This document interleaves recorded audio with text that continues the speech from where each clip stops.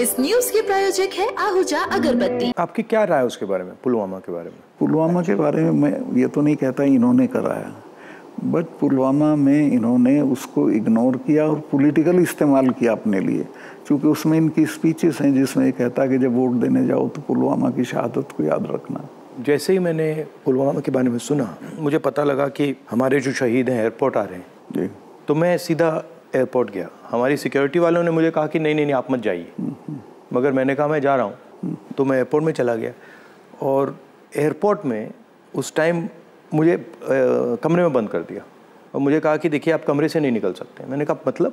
तो उधर वो सब शहीद आए थे, वहाँ पे आर्मी के लोग थे, प्रधानमंत्री आ रहे थे, और मुझे मतलब लिटरली चाबी से बंद किया कि आप बाहर नहीं जा सकते। मैंने सिक्योरिटी वालों से बोला ये मतलब ऐसे कैसे कर सकते हैं, और फिर लड़के मैं वहाँ से निकला तो मुझे लग रहा था कि एक पूरा वहाँ पे शो सा क्रिएट हो रहा। हाँ वो था ही, वो प्रधानमंत्री को श्रीनगर जाना चाहिए था, राजनाथ सिंह आए थे, मैं था, हम लोगों ने श्रद्धांजलि दी थी, प्रधानमंत्री को उसी दिन जाना चाहिए था। नहीं मगर मुझे उसमें क्या शौक लगा कि ऐसे लग रहा था कि एक कोई बड़ा इवेंट सा हो रहा है ना इसके लिए, और वहाँ पे प्रधानमंत्री आए हैं और ये पूरा मतलब जैसे देश को दिखा रहे हैं कि भैया देखो, काफ़ी डिस्टेस्टफुल सा था। जिस दिन ये हुआ तो ये नेशनल कॉर्बेट पार्क में शूटिंग करा रहा था अपनी, तो ये अवेलेबल मैंने 3-4 बार कोशिश की, मिला ही नहीं मुझको।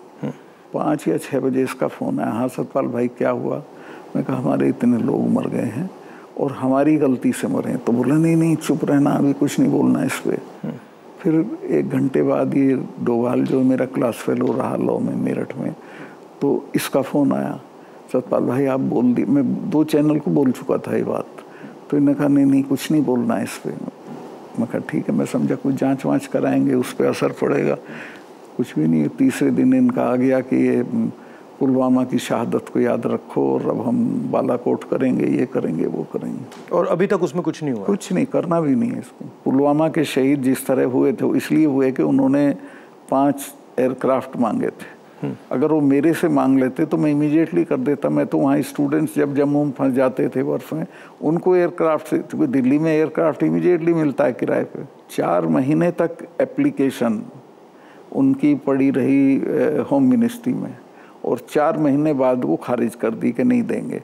तब वो सड़क से चले। इतना बड़ा मतलब 4 महीने के लिए वो चले ही नहीं? चले ही नहीं, इसलिए कि वो सड़क से चलना बिल्कुल इनसिक्योर होता है, वो उनके उसमें नहीं है सिस्टम में। 5 जहाज मांगे थे उन्होंने, वो नहीं दिए, 4 महीने तक लटकाए रखे। और तो 4 महीने के लिए क्या होल्ड पे थे? क्या होल्ड पे थे? सब मेरे सामने नहीं आई। अगर मेरे सामने आई होती तो मैं उसमें कुछ करता। That was between CRP and home ministry. लेकिन ये थी कि अटैक हो सकता है। इसके अलावा वो जो गाड़ी टकराई थी वो 10 दिन से घूम रही थी वहाँ, पूरा आप समझिए कि भरी हुई विस्फोटक से। वो कैसे मतलब इतना एक्सप्लोसिवली कैसे मतलब ऐसे घूम रही थी? सिस्टम नहीं था ठीक से। और जब मैं गया हूँ फिर पुलवामा होने के बाद, तो जो 10 किलोमीटर का स्ट्रेच है उसमें लगभग 8-10 लिंक रोड मिलती हैं। एक भी सैनिटाइज नहीं थी उस दिन। बल्कि हम तो जब अपनी पुलिस को भेजते थे कश्मीर की, तो पूरी रोड पे सिविल ट्रैफिक बिल्कुल रोक देते थे, सैनिटाइज कर देते थे, तब भेजते थे। ना हाईवे सैनिटाइज था ना वो लिंक रोड। और लिंक रोड जहाँ हाईवे में मिलती है वहाँ रिवाज ये है कि वहाँ एक जिप्सी खड़ी होनी चाहिए जो उसे रोक दे कि नहीं भैया काफिला चला जाए CRP का, तब जाना। ब्लॉक कर कुछ नहीं था, there was nothing like that. तो जब आप वहाँ गए, जैसे पॉलिटिक्स में हम ऐसी घटनाओं में जाते हैं, तो जब हम कहीं पहले पहुँचते हैं कोई माइंड में कोई फीलिंग आती है, तो इसमें आपकी क्या फीलिंग आई थी जब आप पहली बार वहाँ गए? आप मेरा यकीन करेंगे, आई वॉज इन टीयर्स। और मैंने इसको फ़ोन किया, मुझे नहीं मिला। जब 5 बजे मेरी बात हुई तो मैंने कहा हमारी गलती से हुआ ये। तो बोला नहीं नहीं इस पर आपको चुप रहना है। मैं चाहता था कि कुछ सर इसमें कटने चाहिए जिनकी जिम्मेवारी थी। कुछ भी नहीं, किसी का नहीं, कुछ नहीं हुआ। उसको इलेक्शन के लिए यूज़ करना चाहते थे कि ये पाकिस्तान ने किया, हमारे जवान मारे और अब हम हराएंगे। भारत जोड़ो यात्रा में हम वहीं से निकले, एक्चुअली साइट से निकले, पुलवामा से।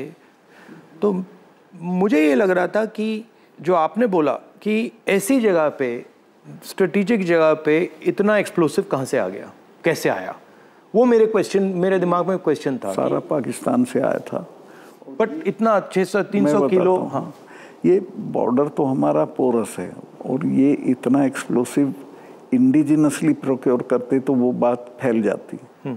ये 10-12 क्विंटल तो आया हुआ था, उसमें से ये गाड़ी पूरी भरी थी एक्सप्लोसिव से।